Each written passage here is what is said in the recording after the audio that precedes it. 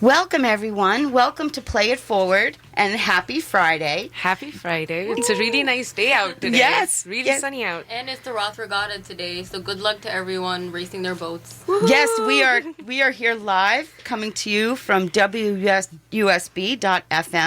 90.1 and 107.3 FM. My name's Allison, and I'm here with my focus group, my girls, Aisha, Ishra, and Lady Ann. And also a shout out to our friend Chloe. We hope you feel better. We hope you're listening. Welcome, everyone. Hello everyone. How's everyone doing? Let's just do a little catch quick up. 1 minute recap. It's been some time since we've been in the studio again. So I'm looking forward to the Roth Regatta. I'm actually heading there right after this. Are you guys going? Yeah, I'm pretty excited. I'm going to afterwards. After I repark, I may take a... It's our first proper regatta since 2018. Yeah. Really? Yeah. Wow. Well, of It's course. always in the spring, so we didn't have one 2019. And I'm not sure if we had one last year. I heard that we had not.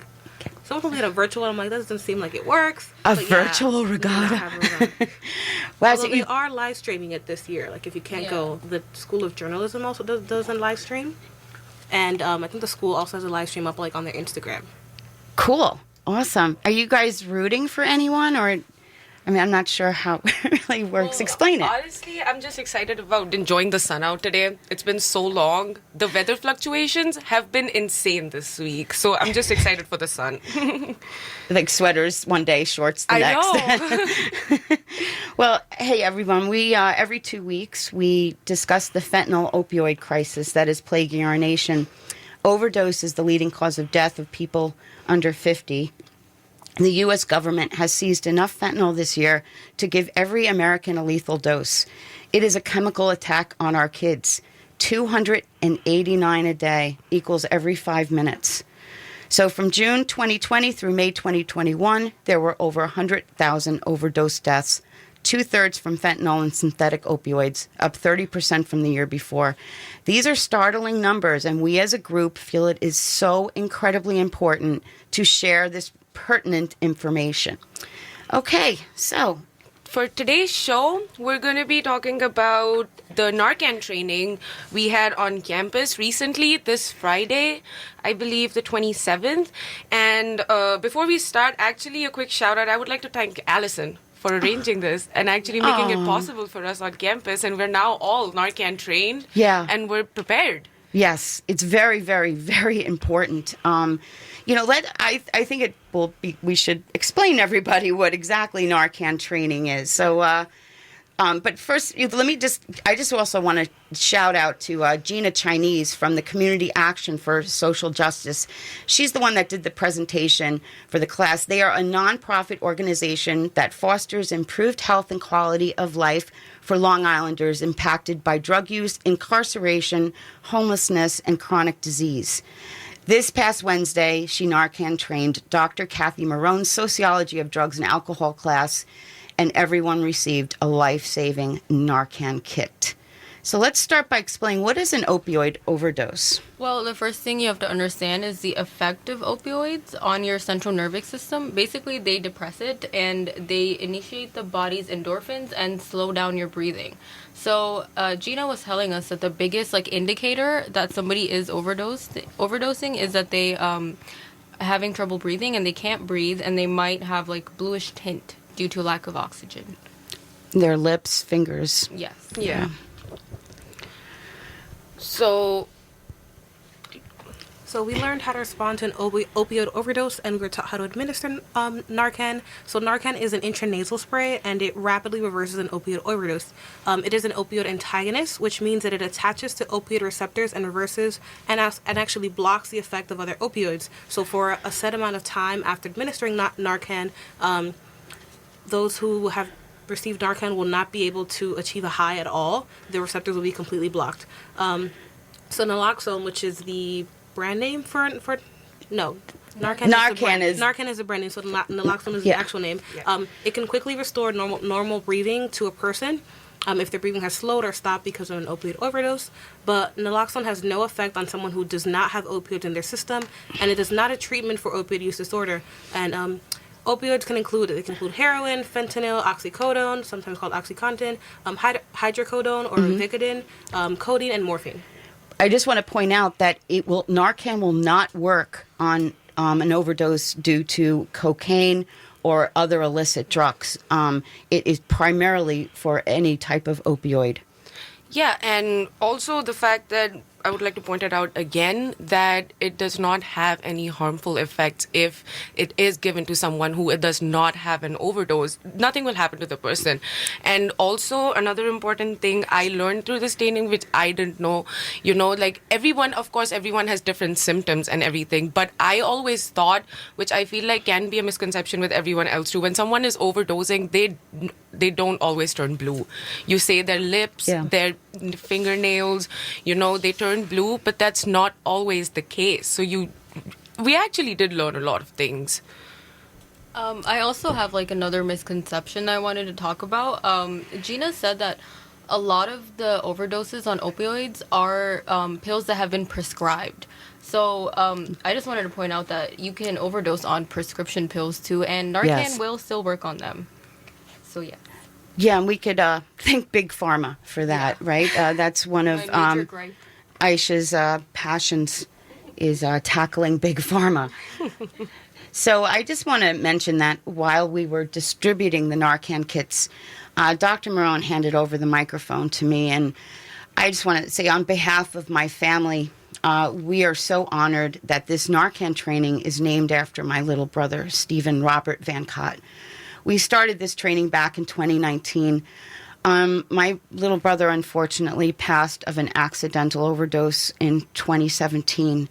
And it's been my mission since to really create more awareness and education regarding overdose and addiction. One of the biggest things I just want to mention, I was in school at the time. And encouraged my sociology professor, Dr. Kathy Marone, to train our sociology of drugs and alcohol class. And I'm proud to say that since we've trained over at least 500 students, maybe even with this past Wednesday, close to 600. That's amazing. Yeah, and we need to keep on doing that because it's very, very important. And one of the biggest things I really wanted to address the class on my personal story was kindness and compassion. Kindness and compassion for this problem is imperative, in my opinion. These people did not choose this path, and they deserve a chance to get better. And when they are treated like a person suffering from a disease like any other kind of disease, they are more likely to get help just for the mere fact that they are being treated with some decency, some compassion and kindness. And so I can't emphasize enough how important that is to remember.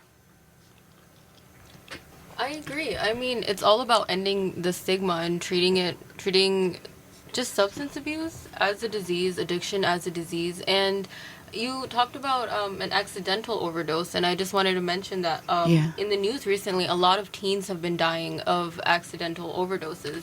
And this is due to fentanyl being mixed in with the drugs that they're trying for the first time. Yeah, well, that's pretty much leading to our next topic, the skyrocketing amount of deaths amongst teens due to fentanyl.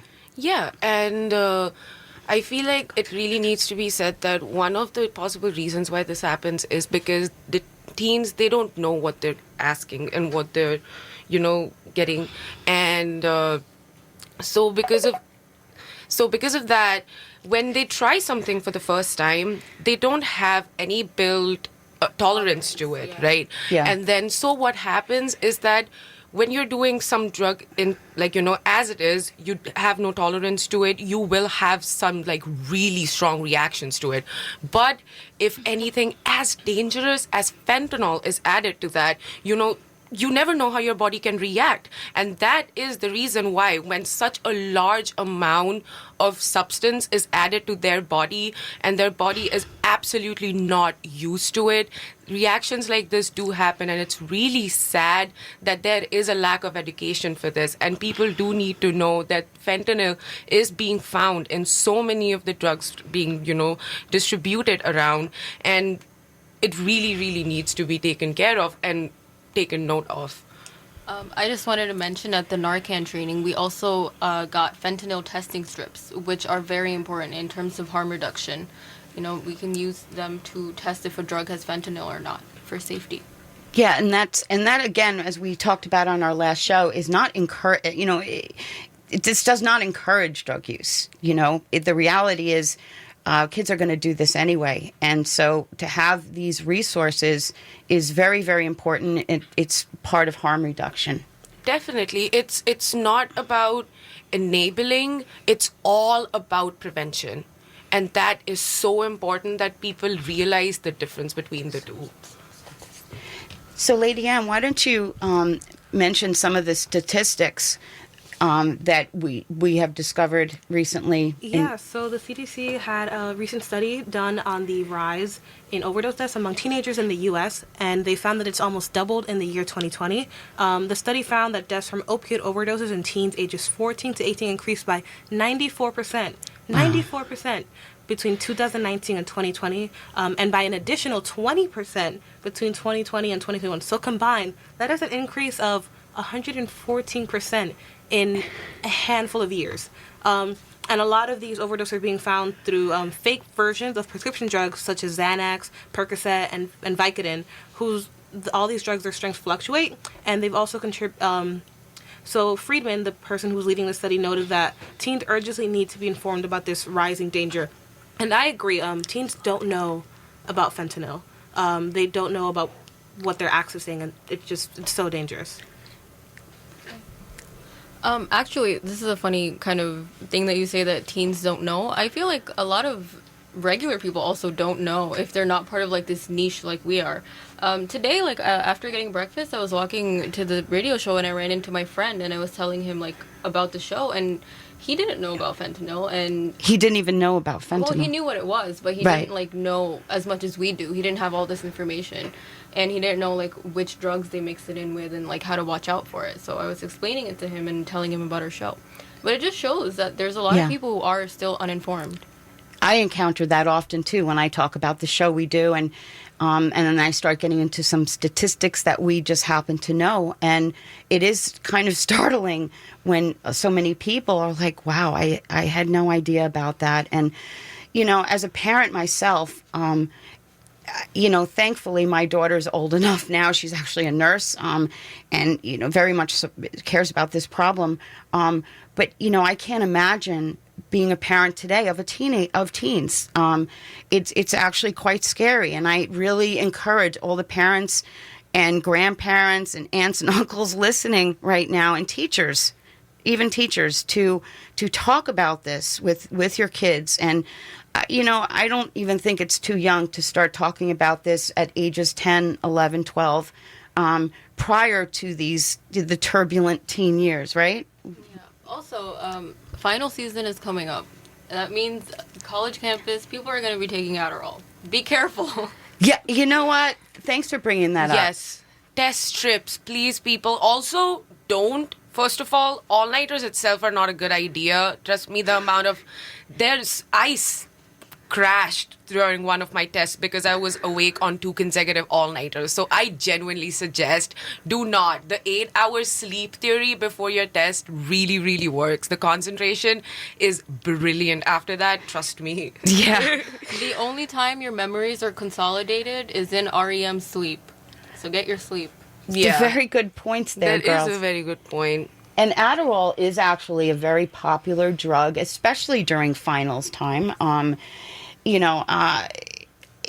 It's very scary to know that fentanyl is being seen much more in drugs like Adderall, which is a popular drug on campus. So thank you for really putting a shout out to your classmates there to be really, really careful and know that you can obtain fentanyl test strips if you do choose to take that super risky behavior. Yeah. And also, I would like to say is that, you know how we were talking about like people not knowing? There's also something I feel like people categorize drugs too, according to what like certain conversations that I have had where people are like, oh, if it's something that, you know, requires a syringe that is being injected in your body, then that's a harmful drug. But if it's weed or cocaine or even alcohol, also another thing, alcohol is a depressant. I don't know why it's just considered a normal liquid nowadays. It is not. It's a drug. It is a drug. It is a depressant. And also, and then that's the thing. That's what I was getting at, is that cocaine and these pills and, you know, even weed, fentanyl is being found in these things, which is increasing the death rate. So awareness, people need to know things. I completely agree with you. I'm just going to add like a quick thing about like awareness and like the categorization of drugs. One reason that a lot of these like teens are like dying from these pills is because there's like this kind of idea that pills are safer than illicit street drugs. So they think like heroin is like something terrible, but they'll take like a Xanax. But what they don't understand is there's opioids in both. They're essentially the same thing. And that really contributes to teens like trying pills. See, at the end of the day, the conversation always, I feel like, comes to the lack of education. Yeah. The lack of knowledge. And that's the reason why all of this is happening. Because, like, you know, it's avoidable. It is avoidable. It is avoidable. And they urgently need to be informed about this rising danger. You know, accurate information about the risk of drugs needs to be presented in the schools and at the kitchen table. Teens need to know that pills and powders are in the highest risk for overdose, as they are most likely to contain illicit fentanyl. It is also important to note that making sure parents are aware and involved in their child's life to screen them for any mental health struggles. Due to COVID, mental health struggles for teens particularly are on the rise. It's on the rise for everyone. It's a very big topic nowadays. Thankfully, it has gotten more awareness due to COVID, but at the same time, we need to keep these things in check, because kids that are struggling with their mental health are more likely to experiment and turn to drugs. And so look out for these signs from your children. And also, I feel like the most important thing is the initiation of an open dialogue. Yeah. The creation of that conversation. And, you know, it's something that I feel like there are certain people who like even want to avoid bringing it up with their children because they're like, maybe this will give them the idea. But no, that's not the case. It's so important. Children, if your kid is not bringing it up, then you need to bring it up too. Yeah. It's so children important. as young as 10 are going to know about drugs because they're going to hear it at recess, walking on their way home from school. I know that when I was 10, I knew what weed was, even if I had no interest. I knew what it was. I knew who smoked it, you know. Do you think your parents would have been surprised at the age of 10 that you knew that? I think so. I think a lot of parents want to, like, live in this hope of like, oh, well, my children would never do that. My children would never get involved. But as we've seen with a lot of these recent cases and all this rise in teen deaths, it could be any child. And it's better just to have that conversation. And children who walk through the world knowing about these things are more protected than they are if you just pretend that none of that exists. If you go along thinking that it's never going to come into your home, then you just leave your child vulnerable to people who, like, prey on that innocence and prey on that naivety. There are people who do get, like, I don't know, I don't want to use the word, but there are people who do get a kick out of it. Yeah, and definitely. It's heartbreaking that this is true. Well, there are some not such great people there in the world, and we do our best to protect our kids. But the scariest part is it's often behind the screen. These people are faceless, right? They go by a handle or a code name, right? There's codes for, and that's another thing we talked about a few weeks ago, that parents need to be aware of the lingo that's being used online and, such social media platforms such as Snapchat, which actually is one of the most popular places to get illicit drugs. And I actually was surprised by that fact. And I think it's because part of Snapchat's popularity is that there's a lot of anonymity, right? Yes. With Snapchat, so there are like things with the application that your information is on the application for like 24 hours, and that goes with like chats and stuff too. So it's the fact of like and also like other than that, social media, parents need to keep an eye on that, and it's so important because with new technology, with new things coming up, people are finding new ways. These are different ways of like getting things done. So open eyes. Yeah. Just like one more thing about social media is like there's so much like drug paraphernalia out there. It makes it look like you're gonna have like the most fun in your life if you like do this drug. Like it's way too glorified, I feel like, too. Also in pop culture. Yeah. Well, we're going to continue this conversation, and I want to thank everyone tremendously for everyone that supports this cause and understands how important it is to not only look out for each other, but also let's emphasize if anyone is dealing with addiction, it's very important to know the resources available to you. Here's a resource that Lady Ann's going to let you know about. So this is the SAMHSA's National Helpline. The phone number for this helpline is 1-800-662-HELP. Once again, that's 1-800-662-HELP. This also this is a free 24-hour day, 365-day-a-year information service line. They communicate in English and in Spanish, and it's for individuals and family members facing mental and or substance use disorders. Thank you, Lady Ann. And I also want to thank Ishrat and Aisha for your wonderful, valuable input. You guys are amazing, and thank you for Wednesday. I just want to, again, reiterate, be there for your kids. Yes. Talk with each other. Be kind and compassionate. Keep playing it forward. For those of you that are familiar with campus life at Stony Brook University, may realize this was a show we did at the end of April of this year during SBU's regatta. But now, as I wrap up the show myself in real time, I would like to thank my focus group, Chloe, Aisha, Ishrat, and Lady Ann, that have contributed so much to our listeners. There is exciting things happening here at WUSB right now. I'm excited to announce we officially kick off our 45th anniversary celebration tonight at Katie's in Smithtown with Aqua Sherrod performing. We also have an amazing brunch that I do believe you still can get tickets for this Sunday at 11:30 a.m. in the new Student Union Ballroom at Stony Brook University. World-class Ukrainian pianist Dr. Dasha Bukovshtova will be performing alongside her wonderful husband Marcel Krasner on the cello. They'll be performing some heartfelt Ukrainian pieces. Great food and music.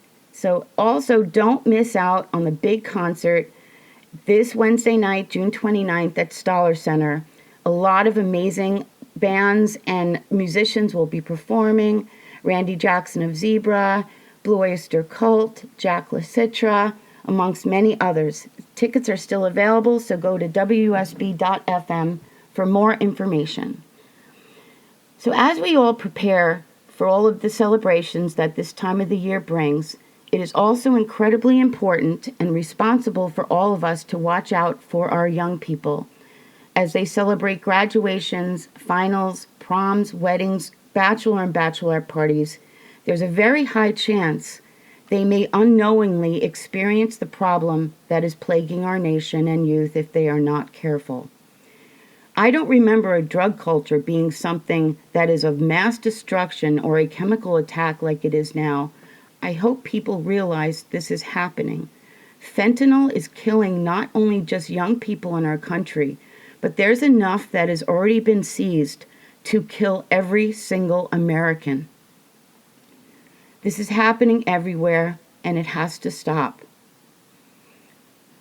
I had mentioned earlier that on behalf of my family, we feel honored that the Narcan training at Stony Brook University is named after my brother, Steven Robert Van Cott. I want to let you all know why I do this show and why I care so much. I do this for my brother and his memory, and I don't want this to happen to anyone else. We lost him exactly 5 years ago tomorrow. I'll be honest, it still hurts, and I miss him terribly. I do truly believe he is at peace, but I have to say my faith has been challenged at times, especially with so many losing their lives. But knowing that this information can maybe save someone makes it incredibly worthwhile and in honor of my brother's memory. He was such a good and kind person and always wanted to help others. So there's no doubt I know he's looking down on me and my family and would want me to continue this work. I want everyone out there to know that this can happen to anyone, any walk of life, any age, any race, anyone. There are no longer stereotypes. There's a saying I love so much that I think many of you know and truly still believe in. This one statement, I think, can maybe be part of the solution. It's from the ancient African proverb, quote, "It takes a village to raise a child," unquote. So let's all look out for each other and each other's children. Lastly, I would like to play a song for everyone that has lost their life to a poisoning or an accidental drug overdose, and for everyone that cared for that person. We are so incredibly sorry. Personally, I feel this is such an uplifting song that brings peace to those that have suffered the loss of a loved one. The lyrics are so comforting and a reminder that they are finally at peace. Thank you so much for listening, and happy 4th of July. God bless America. Be well and be safe, everyone. This is Allison Vancott McEntee of Play It Forward. Here is Denai and Lizzie's Dancing in the Sky. You are listening to WUSB.FM 90.1 and 107.3 FM. Thank you and be well. Tell me, what does it look like in heaven? Is it peaceful? Is it free like they say? Does the sun shine bright forever? Have your fears and your pain gone away? 'Cause here on earth it feels like everything good is missing since you left. And here on earth everything's different. There's an emptiness. Oh, I hope you're dancing in the sky, and I hope you're singing in the angels' choir, and I hope the angels know what they have. I bet it's so nice up in heaven since you arrived. So tell me, what do you do up in heaven? Are your days filled with love and light? Is there music? Is there art and invention? Tell me, are you happy? Are you more alive? 'Cause here on earth it feels like everything good is missing since you left. And here on earth everything's different. There's an emptiness. Oh, I hope